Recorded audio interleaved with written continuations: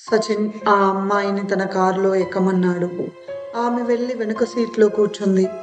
ఆమె ఎక్కిన వెంటనే కారులో విపరీతమైన చలి మొదలవుతుంది. సచిన్ కారును నడుపుతూ, "ఎవరు మీరు? మీ పేరేంటి? ఎక్కడికి వెళ్ళాలి?" అని అడుగుతాడు. ఆమె ఒక రకమైన గొంతుతో, "ముందుకు వెళ్ళాలి" అని సమాధానం చెబుతుంది.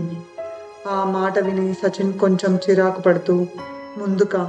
ముందుకంటే ఎక్కడికి? కాలేజ్ హాస్టల్‌కా? లేక సిటీ లోపలికా? ఎక్కడికి?" అని గట్టిగా అన్నాడు. కానీ వెనుక నుంచి ఎలాంటి సమాధానం లేదు. సచిన్ విసుక్కుంటూ ముందున్న మిర్రర్‌లో చూశాడు. వెనుక సీట్లో ఆ అమ్మాయి కనిపించలేదు. సీట్ అంతా ఖాళీగా ఉంది. దాంతో సచిన్ గుండె వేగంగా కొట్టుకుంటోంది భయంతో.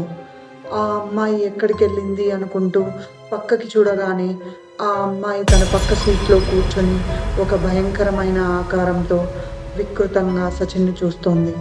ఆమె కళ్ళు ఎర్రగా, చర్మం తెల్లగా పాలిపోయి ఒక విచిత్రమైన నవ్వు నవ్వింది. తరువాత ఏమైంది?